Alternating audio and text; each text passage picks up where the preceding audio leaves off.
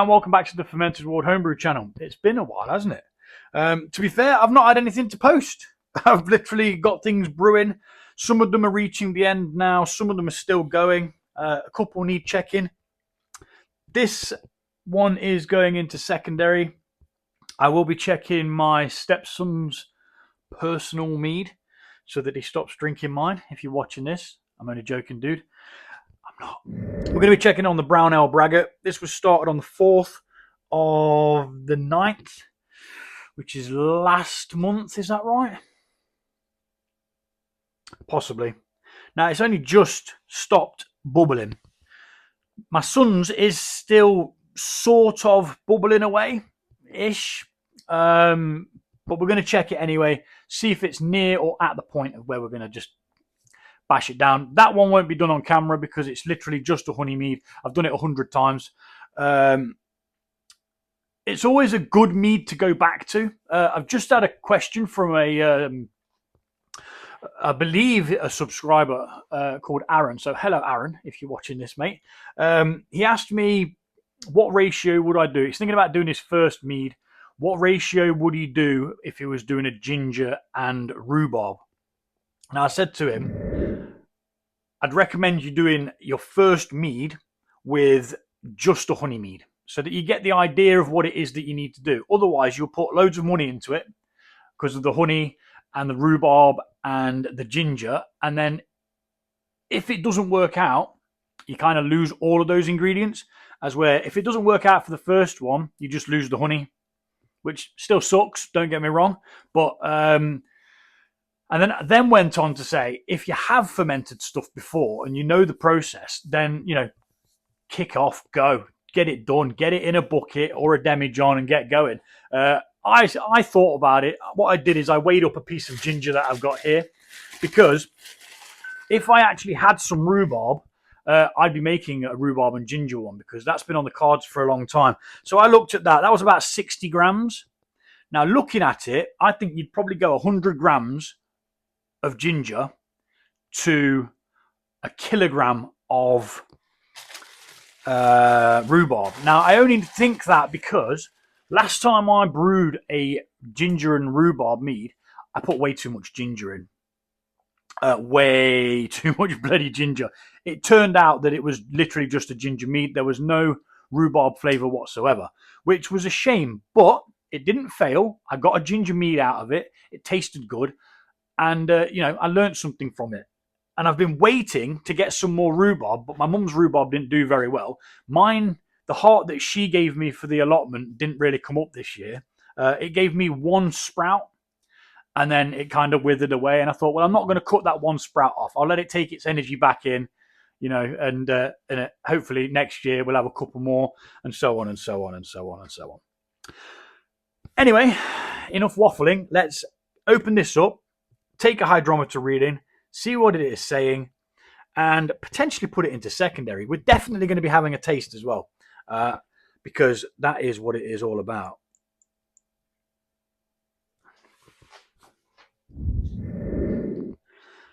Sorry about that. I had to just check a message. Right then, so without further ado, we're going to gently take that off. Pop that back in there. This is going to go into some sanitizing water. We've got a clean demijohn over here, which we're going to be setting that back up with. So this one will be going into a clean demijohn. It's always good to have backups, spares, so that you can have one clean to transfer it into. Otherwise, what you've got to do is you've got to take it out of this vessel into something like that. And while you're prattling around cleaning another one, you can get loads of little flies in there, man. And these fruit flies, they are 100% always there.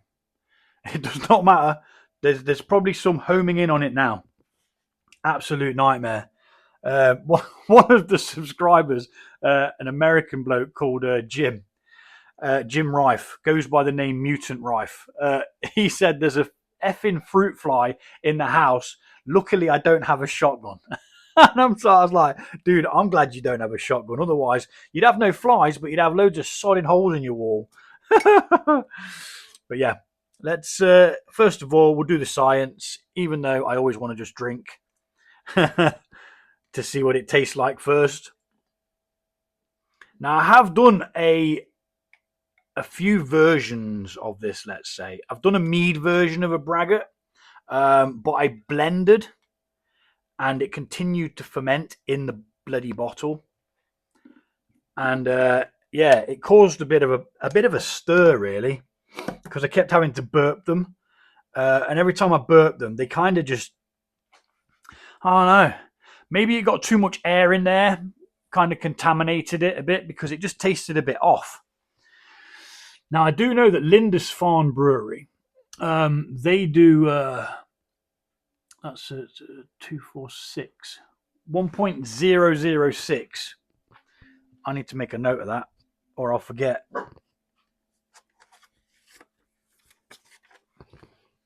I've got these curtains closed because the sunlight's beaming off the houses over there and it's getting in the way. So let's just quickly jot it down here. And I've probably got it written somewhere else. So Braggot is currently 1.0. No, started off at 1.076. Blue, oi, be quiet. It's bad enough telling the kids to be quiet and not shout at video games while I'm trying to record. And then Mr. Fart Waffle here, he's going to come in and start eating his flipping biscuits now. That's what he's going to do. What did we say it was? On the 6 mark. So it's now down to 1.006. So there is still fermentables in there, but not a lot.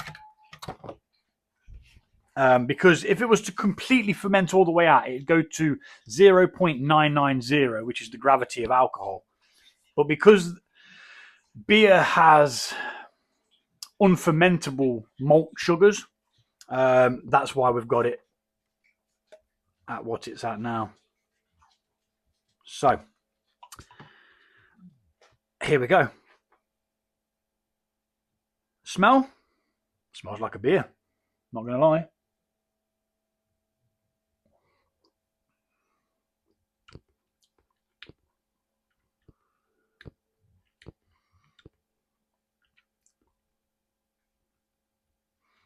It's peculiar, but I quite like it. On the nose, it's a beer, but on the taste, it's peculiar. It's very weird.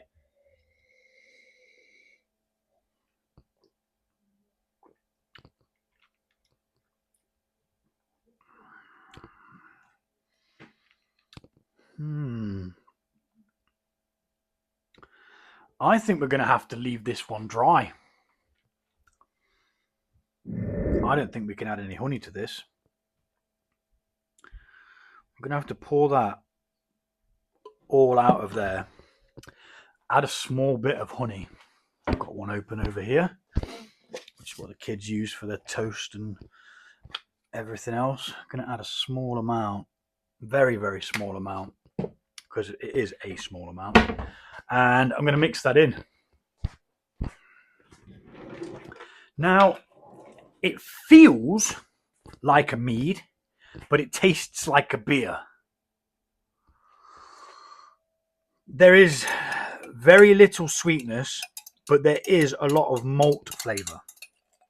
And I think if we add loads of sugar in the form of honey, I think we're going to end up losing that. But we'll sweeten it up, make it any nicer. That's the key factor, isn't it?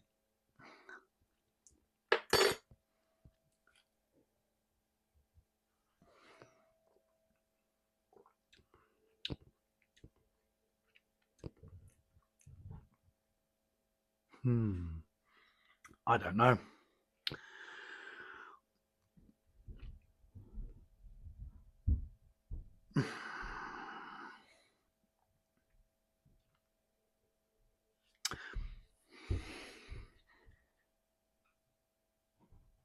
I do not know.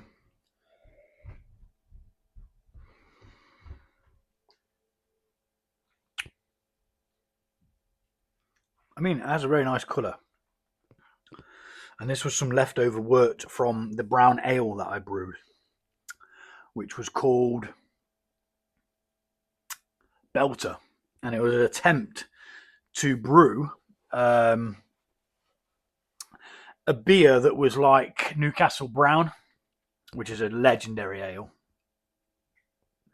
I'm not sure whether other parts of the world get that wonderful ale, but that's what I was going for. It didn't taste much like it. It actually tasted a bit more like Old Peculiar, which again, a really good ale.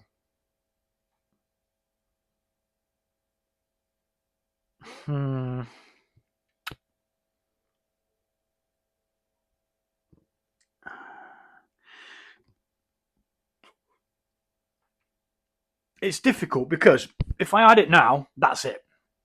It's added, and that is what we've got. We get something that's kind of sweet. Now, I didn't add a great deal of honey. The amount of honey that I would normally add would be half of one of these pots to sweeten with. But I am unsure, and I don't want to make the wrong decision and then regret it. Because it's not very often that I have a beer wort that's an excessive amount. So we were actually quite lucky. I didn't even plan to do the Braggot. I just had it left over. All right, let's have another bit now that's not sweetened.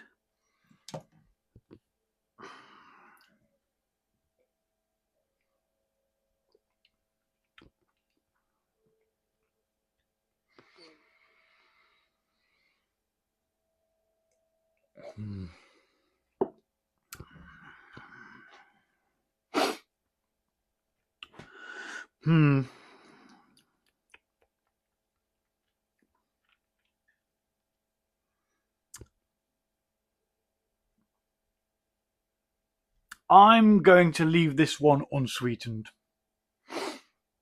It took me a lot of deliberation. I've been studying for about 5 minutes, pondering it.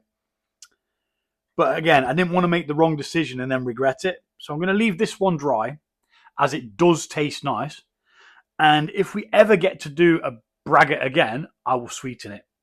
Just so that I can see the contrast as to what the difference would have been. Because once you've added it, you've added it. There's no taking it away. And if you could even serve this with a little bit of honey if you wanted to, you know, there's always that option. But once you've got it in there, it's in there, and that's that. It's final, isn't it? So that's going to hoy up there.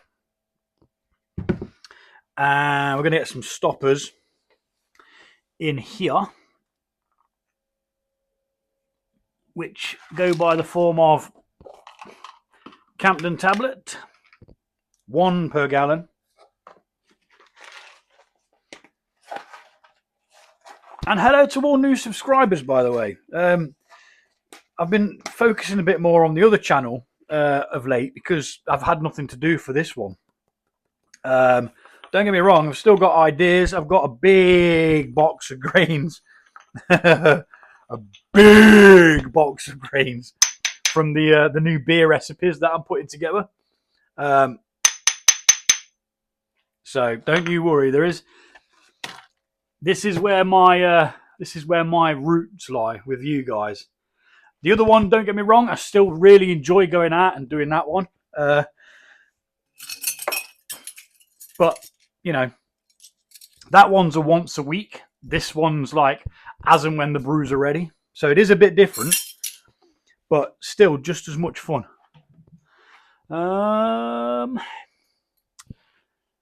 That's a pectolase. That's yeast nutrients. Oh, my bloody knees. Now where, oh where? I don't know why I thought I was looking for one of these. I thought I was looking for a big McDoofer like that. But no. Half a teaspoon per gallon. or 1 gram.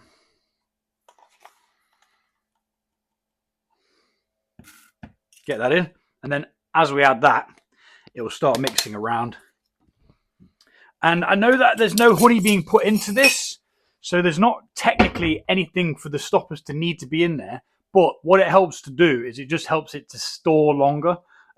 Say, for example, if this doesn't get drank for 6 months, it's going to be as fresh as it was when we put it in there. And it'll taste exactly the same, because that, let's say, 16 points of fermentable sugars that's still in there, that's going to stay in there because it won't allow it to ferment out anymore. Waffle, waffle, waffle. Talk, talk, talk. Waffle, waffle, waffle. I seem to do a lot of that on these YouTube things, don't I? Right then, so we're going to rack this off. I'm going to speed it up, put it into here. And, well, we'll get it started, actually. We don't need to be too hasty. Get the liquid flowing. And that will mix that in as it goes, you see. Start the mixing process. And you guys can't even see what's going on properly. There we are. I've got a sticky floor as well from where I spilt that flipping honey water. I thought I'd cleaned it all up, but clearly not. So let's speed this bit up. Back in a minute.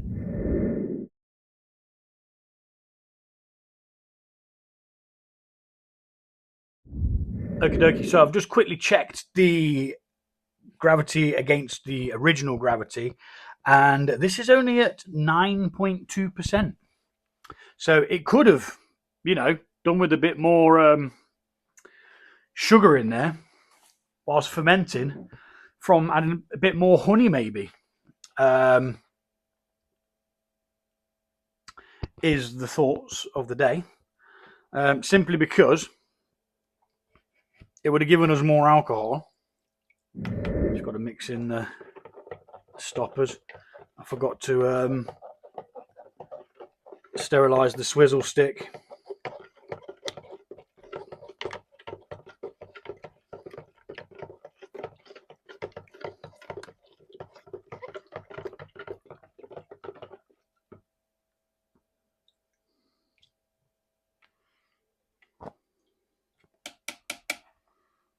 That'll do. Okay, so we're going to go get the clean damage on, just like that.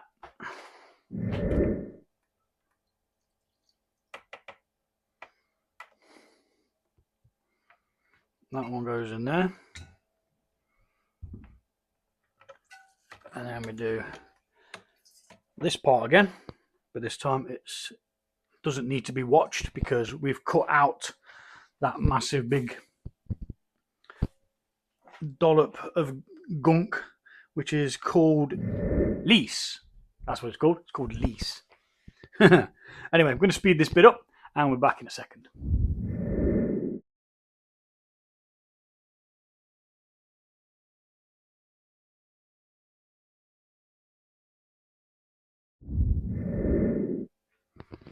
So it would seem that we've actually lost a fair bit there. But then again, I have been tasting it to figure out whether we're putting in extra sugars. So there we are. Fantastic. Pretty cool. That's the Braggot put into secondary. To be fair, it looked really, really clean. We did not get much of the lees from the bottom. So that's definitely just going to sit there 2 weeks and then we'll get it bottled. Until then, take it easy and I'll see you all soon.